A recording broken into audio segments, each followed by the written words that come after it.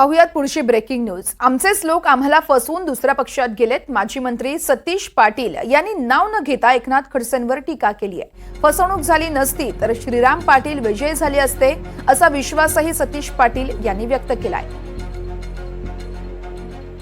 रावेर लोकसभा मतदारसंघात नवीन उमेदवार दिला, ही चूक झाली आहे। आमच्याच लोकांनी आम्हाला फसवून दुसऱ्या पक्षात गेले।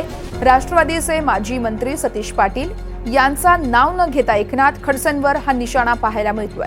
फसवणूक झाली नसती तर राष्ट्रवादी शरद पवार गटाचे 90 विजयी उमेदवार श्रीराम पाटील असते असं देखील सतीश पाटलांनी म्हटलंय। आपला पक्ष पळवला, आपला घड्याळ चिन्ह पळवलं, पण पवार साहेब घाबरले नाही। घाबरले का? 10 पैकी 8 जागा लोकसभेला तुतारी वाजणारा माणूस या दिशेने निवडून आले की नाही?